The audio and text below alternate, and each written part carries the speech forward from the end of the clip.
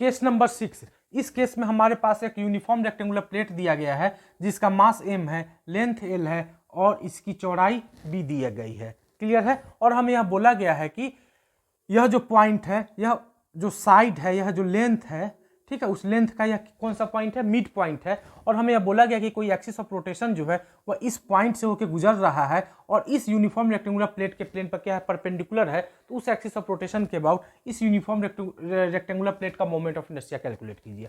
Clear है। तो मान लेते हैं कि यह जो यूनिफॉर्म रेक्टेंगुलर प्लेट है वह इस बोर्ड के प्लेन में रखा गया है। क्लियर है। और यह जो पॉइंट है यह इस साइड का, इस लेंथ का हाफ पॉइंट है, मिड पॉइंट है। क्लियर है। तो एक्सिस ऑफ रोटेशन जो है वह कहां से होकर गुजर रहा है, इस मिड पॉइंट से होकर गुजर रहा है और इसके प्लेन पर परपेंडिकुलर है। यानी यह ब्लू वाला पेन जो है मेरा एक्सिस ऑफ रोटेशन है। इस एक्सिस ऑफ रोटेशन के अबाउट हमें इस यूनिफॉर्म रेक्टेंगुलर प्लेट का मोमेंट ऑफ इनर्शिया कैलकुलेट करना है। क्लियर है। ठीक है। तो यह हमारे पास एक्सिस ऑफ रोटेशन हो गया। इस एक्सिस ऑफ रोटेशन के अबाउट इस यूनिफॉर्म रेक्टेंगुलर प्लेट का हमें मोमेंट ऑफ इनर्शिया कैलकुलेट करना है। क्लियर है। तो इसको हम लोग दो मेथड से कैलकुलेट कर सकते हैं। पहला मेथड सीखते हैं वह पैरेलल एक्सिस थ्योरम का हम लोग यूज करते हैं। क्लियर है। हमें यह पता है कि यह यूनिफॉर्म रेक्टेंगुलर जो प्लेट है उसका कहीं ना कहीं सेंटर ऑफ मास होगा।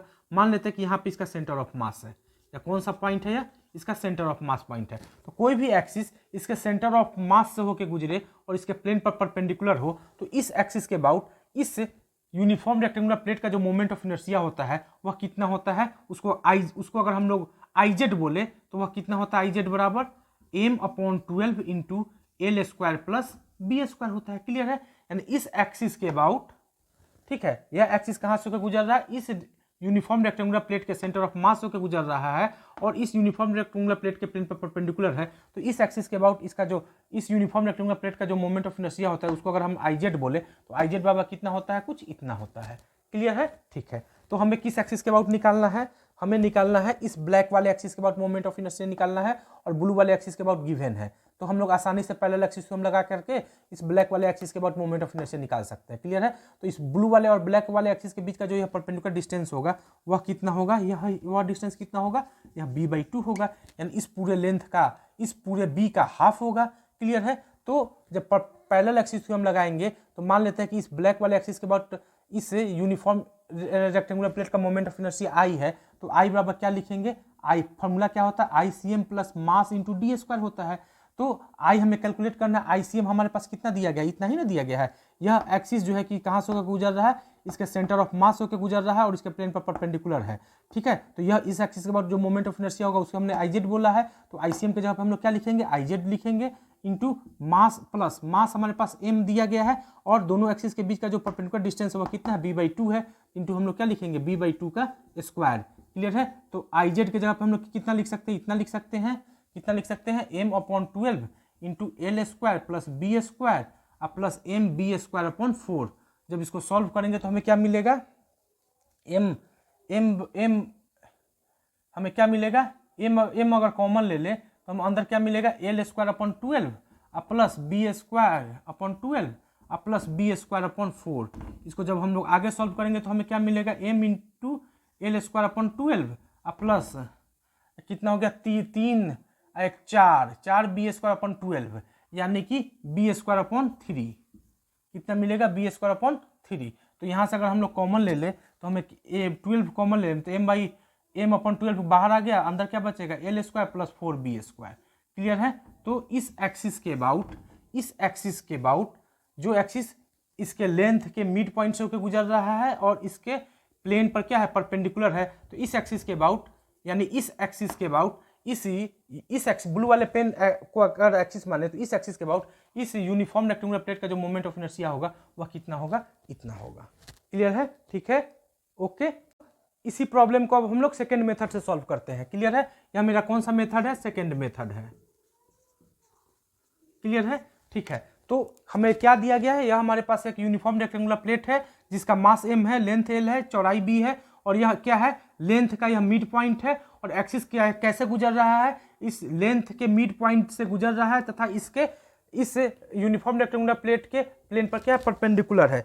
यानी यदि हम लोग इस यूनिफॉर्म रेक्टेंगुलर प्लेट को अगर इस बोर्ड के प्लेन में माने तो यह मेरा एक्सिस ऑफ रोटेशन है। इस एक्सिस ऑफ रोटेशन के अबाउट हमें इस यूनिफॉर्म रेक्टेंगुलर प्लेट का मोमेंट ऑफ इनर्शिया कैलकुलेट करना है। क्लियर है।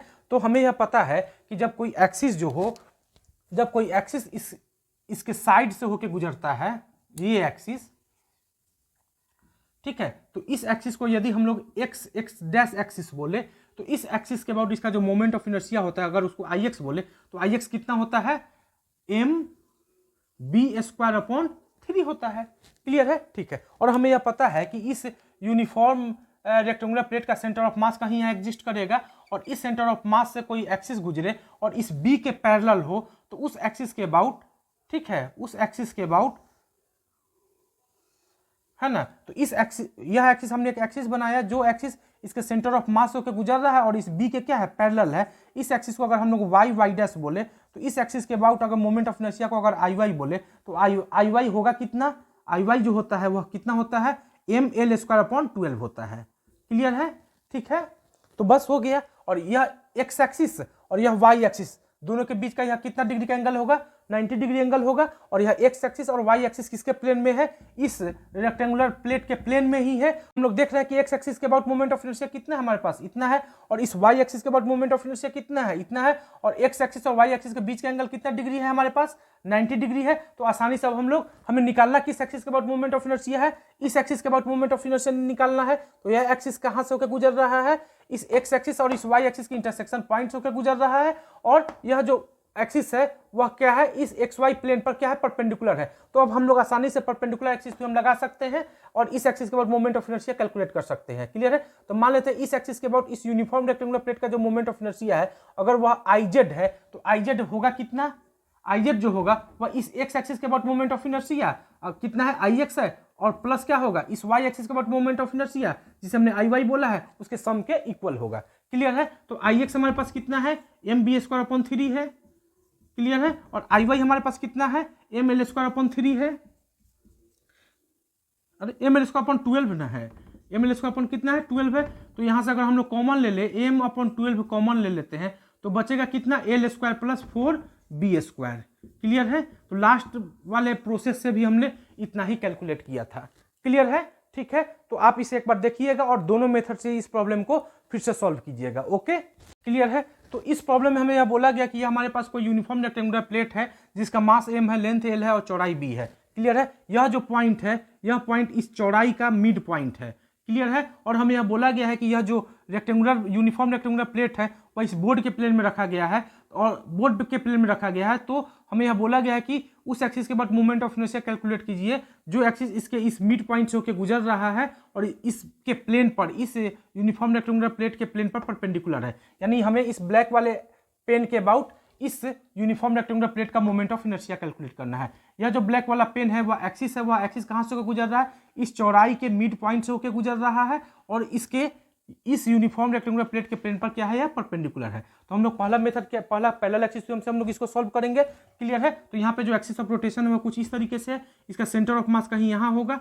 सेंटर ऑफ मास से जब कोई एक्सिस गुजरे और इसके प्लेन पर परपेंडिकुलर हो तो इस एक्सिस के अबाउट इस यूनिफॉर्म रेक्टेंगुलर प्लेट का जो मोमेंट ऑफ इनर्शिया होता है वो हमें पता है कितना होता है, वो हमें कितना पता है, कितना होता है इस एक्सिस के अबाउट, इस एक्सिस के अबाउट जो मोमेंट ऑफ इनर्शिया होता है इस रेक्टेंगुलर प्लेट का, उसे अगर हम लोग आई जेड बोल दे, इस एक्सिस के अबाउट इस यूनिफॉर्म रेक्टेंगुलर प्लेट के मोमेंट ऑफ इनर्शिया को अगर हम लोग आई जेड बोले तो आई जेड बराबर क्या होता है, M upon 12 into L square plus B square होता है। क्लियर है।